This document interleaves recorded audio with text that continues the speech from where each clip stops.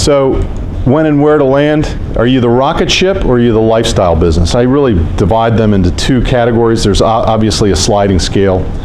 Not everybody's a rocket ship or a lifestyle business, but the idea of the rocket ship is the one with the hockey stick that is going through the roof. I worked for a company like that, our revenues were ramping up. I went in-house, I think I mentioned this in the last session. Went in-house, the owners basically wanted to risk everything, throw all the eggs, the chips on the table, and it was a poker gamble. I saw what was happening. I was a little nervous because I'm a cash flow guy. I like cash flow, and there wasn't enough cash flow to keep the business going at that growth rate. So I said, you know what? I'm going to go back and practice law, and I'll keep you as a client as long as you can pay my bills, and you guys keep doing what you're doing, but I don't agree with the management style here. And so they just kept throwing the chips on the table, and then the tech bubble burst, and that was the end of the business. And it retrenched and had like 4 people left after it had a maximum of 170 people working for the business at one point in time. So rocket ships, they can go up and they can crash and burn just as fast. The question is what is your client's strategy? You've really got to flesh that out at the beginning. We're going to spend a little bit of time talking about valuation. This is something I have some familiarity with. Why do we need to know what the value of the business is? Well, if you have one owner and they die, you need to know it for estate and gift tax purposes, right? If you have 2 owners and one of them leaves or one of them dies, what do you do? How do you pay out the family of the departing owner or the departing owner himself or herself? Valuation is a critical question in all of this. And do you always have to buy them out? The answer is no.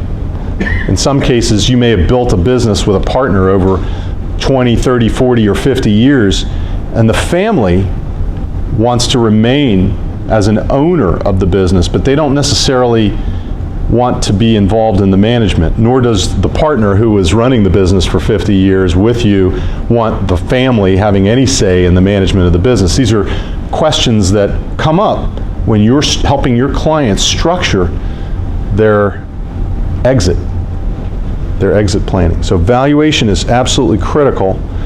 There are I say three main ways of valuing a business, whether it's for a buy-sell agreement or a shareholders agreement, or trying to figure out what the business is worth, depending on if you're issuing equity, stock options, or stock, or membership interests in an LLC. How do you value the business?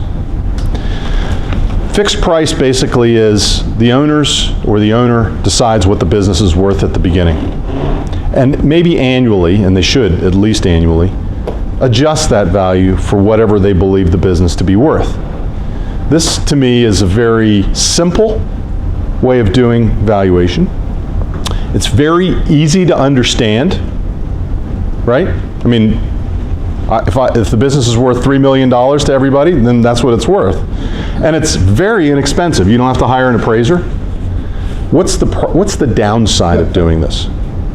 Rick, what's the downside? What's the good side? What's the good side? The good side is the 3 advantages that I listed. I've had this, everyone's done both of this. I mean, everyone starts off, the owners start like this, and then you start to get into the discussion of buy, sell, and just what you're pointing out. And no one's going to agree on the price. He dies. If you think for a moment that the partner's wife is going to agree with that, you're out of your mind.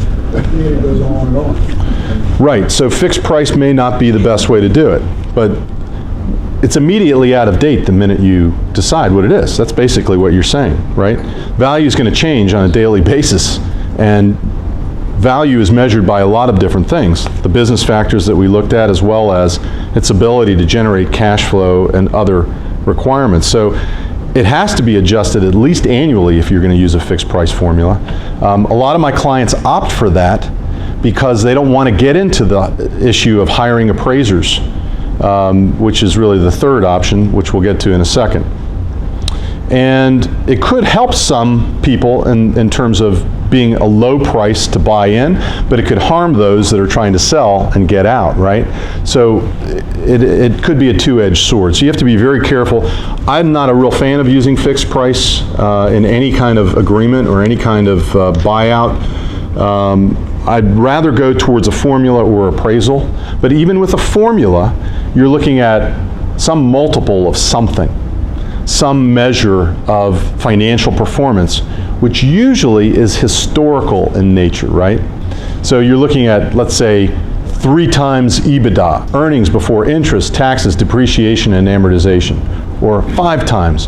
Where did you get this multiple from? I asked the owner. Well, that's what so-and-so sold for recently, or that's what, this publicly traded company is worth in the marketplace. Well, comparing a $20 million revenue company with a $2 billion revenue company that's publicly traded, what's the issue there? There's liquidity in the $2 billion company's stock. There's a market capitalization that is accepted by the marketplace, right? So using the same formula that a publicly traded company is using is not necessarily good. Okay, so let's discount it, he says. I want to discount it by 30 or 40%. Is that okay? So if it's an 8 multiple, we'll use a 5 multiple. Okay, that's fine. But if you're going to use that multiple, you have to be consistent in using that multiple every year.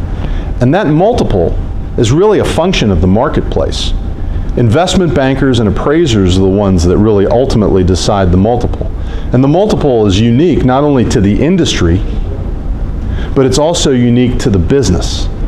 So I'll give you an example. I had a client that was up for sale last year. A private equity firm came in and they wanted to pay 6 times earnings, which was what a publicly traded competitor was trading at. And this publicly traded competitor was 10 times the size of this private company. We demanded 8 times earnings. Why?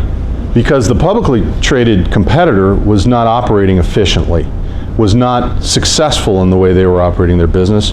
Our client, on the other hand, showed many traits that the publicly traded company should have that didn't have. We demanded a higher multiple and they agreed to it. So what is the multiple? Multiple is a function of value that is really determined based on industry, based on the company, and based on the expertise of the corporate development people who are going through the analysis of really focusing on the things that the appraisers focus on. And that's anticipating what the cash flow of the business is based on historical performance, and anticipating what the cash flow of the business will be based on projected performance. Brock. When you say that the privately held company had traits that the publicly traded company did not have, that allowed them to trade at a higher multiple, is that primarily systems and processes, or what is that? It could be systems and processes. It could be the way in which they're operating their business. So I'll give you, in this particular instance, the publicly traded company was operating a retail environment out of the shopping malls. Well, as you know, the shopping malls command the highest square foot rent of any type of commercial outfit, except for Reston Town Center, which is ridiculous. But the malls typically are the highest rent, and they have a percentage overage on top of that. Versus my client that was operating only out of strip centers, and the strip centers, square footage rates are usually lower, and they were much better at negotiating favorable leases in these strip centers because of their knowledge of the real estate market. And so they were not encumbered by these mall leases that are 10 years in length, and were, clearly the rents were going up like this, but revenues were going like this. So you can only imagine what this was doing to the profits. They were being squeezed. And so their profitability was being harmed dramatically because of their strategy to pursue a mall-oriented retail operation. Are the shopping malls dead based on the internet? I mean, they're clearly suffering. But there are some malls that are doing really well because of their location and because of the stores that they're putting into the malls and how they're structuring their leases. So those are some of the factors.